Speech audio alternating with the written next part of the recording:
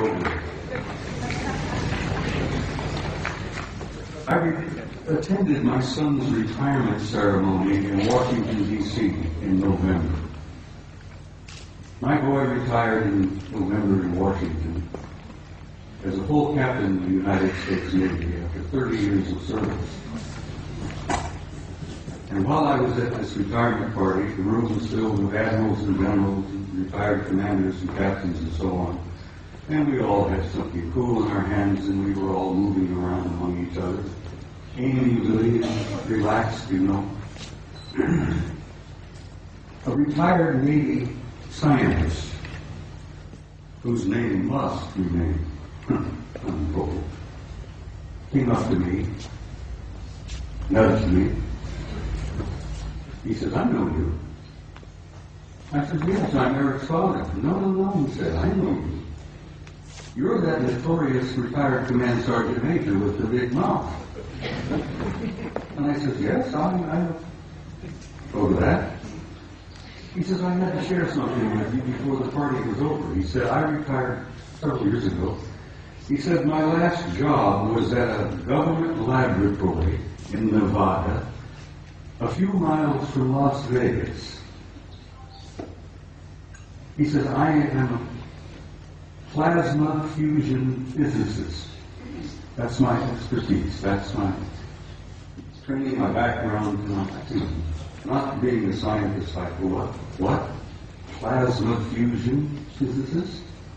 He said, "Yeah, I work at this laboratory outside of Las Vegas." He says, "It's not commonly known, but it's a drug secret." He says, "I worked 5 years with 2 guys who were not from here. They were from somewhere else." And he says, "They were delightful people. They were scientists. They were working with us. They were assisting us. They were encouraging us and offering us ideas and possibilities and one thing or another in plasma fusion, which is infinite energy forever." But he says, "I got to know them pretty well." And he says, after a couple of years, he said, I went up to one of them and I said, "What do you guys really think of us human beings?" And this chap, through somewhere, said, "Well, since you've asked, we think you are, how did you word, a primitive, savage, and dangerous race." And the scientist said, I had to agree with him. We are. We're a primitive, savage, and dangerous race at the moment. The other chap was standing there, who had been listening in. He was also from somewhere. Said, "You also smell bad."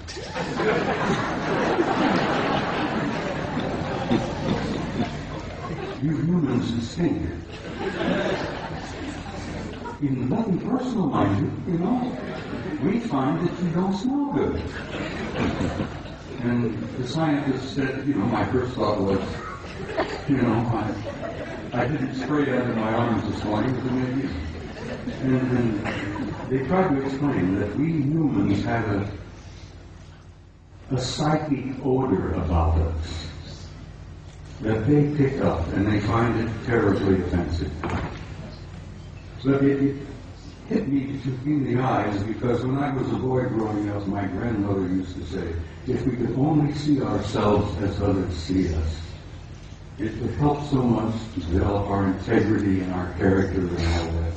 And that remark from my grandmother hit me, that we were getting this so-called from a horse's mouth, from one of our extended family out there, that you're primitive, savage, and you're dangerous, but you also stink. And I thought that was humorous, and I shared it with Gogo, and she said, please include that in your presentation. So Gogo, bless your heart, I did that for you. Good night, everybody.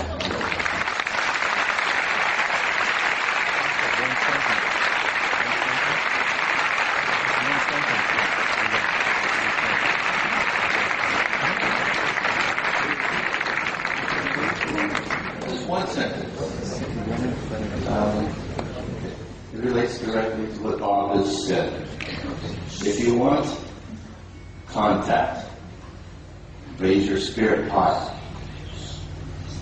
And that's what they want.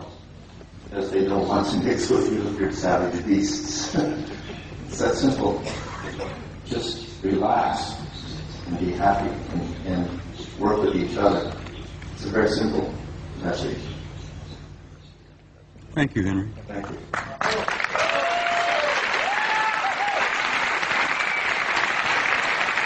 If you want to learn more about Henry Deacon, he is on our site.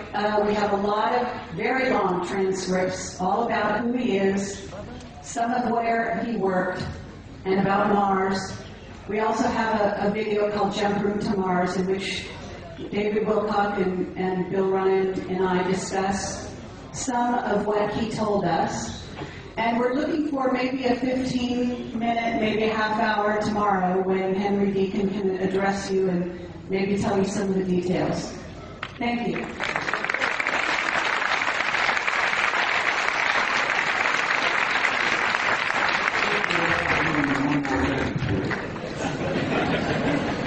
I must add this. I have traveled all over the planet and I've spoken at conferences all over the world and all over the United States. I have never been to a conference of this nature without there being at least one and generally two of the others in the audience. And I want you all to think about that and look around you and know that in your midst, I jokingly refer to it, you have good friends in high places in your midst. And I've learned over the years to recognize it. It's your family. Exactly, it's your family. But like Ingo Swan, I've developed the intuitive ability to spot them and recognize them.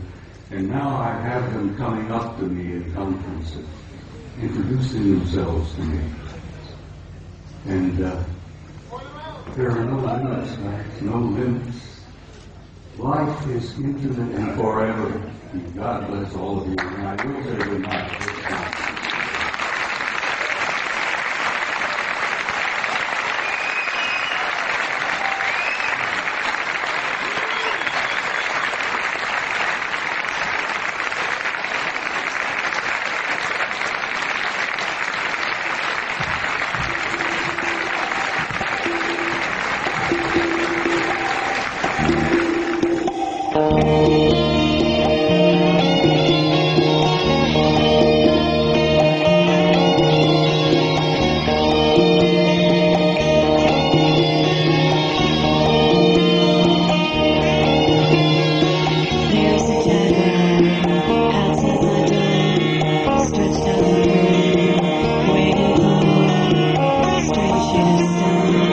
Can I